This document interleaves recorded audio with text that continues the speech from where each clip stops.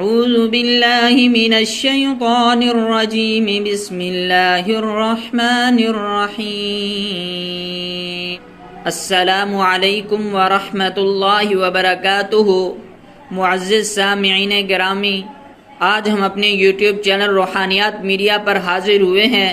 اگر آپ ہمارے چینل پر نئے ہیں تو ضرور سبسکرائب کریں تاکہ ہر نئی آنے والی ویڈیو آپ تک بآسانی پہنچ سکے۔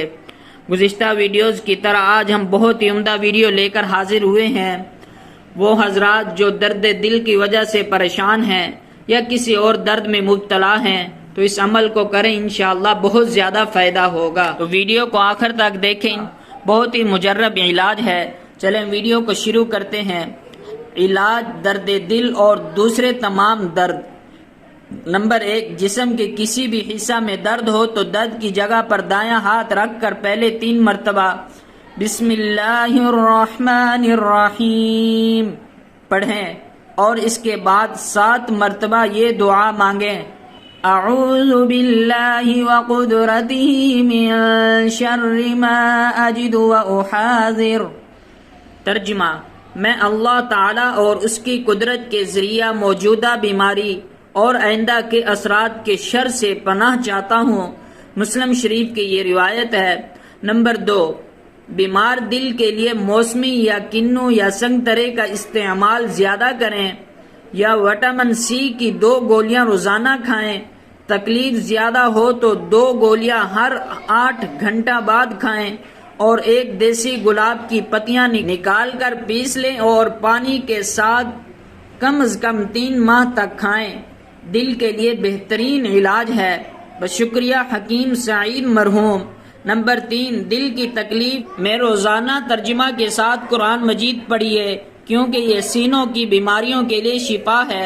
نمبر 4، آدھا گلاس لال انگوروں کا جوس روزانہ پئیں۔ نمبر 5، ہر نماز کے بعد اور جب بھی دل میں تکلیف ہو تو دل پر سیدھا ہاتھ رکھ کر یہ دعا بار بار پڑھیں، یا اللہ قوینی وقلبی۔ پھر دوبارہ سن لیں، یا اللہ قوینی وقلبی۔ اس کا ترجمہ: اے اللہ مجھے اور میرے دل کی قوت دے۔ یہ مجرب علاج ہے۔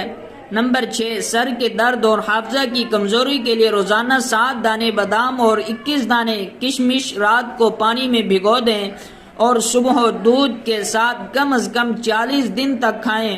بادام دانتوں سے چبا کر یا پسوا کر کھائیں اور ہر نماز کے بعد 7 بار سورہ فاتحہ بمائے بسم اللہ پڑھ کر دل پر دم کریں۔ کم از کم 40 دن ہر نماز کے بعد کریں۔ یہ علاج مجرب ہے۔ دوستو، ہم نے دل کی بیماری کے مختلف نسخے آپ حضرات کے سامنے پیش کیے ہیں۔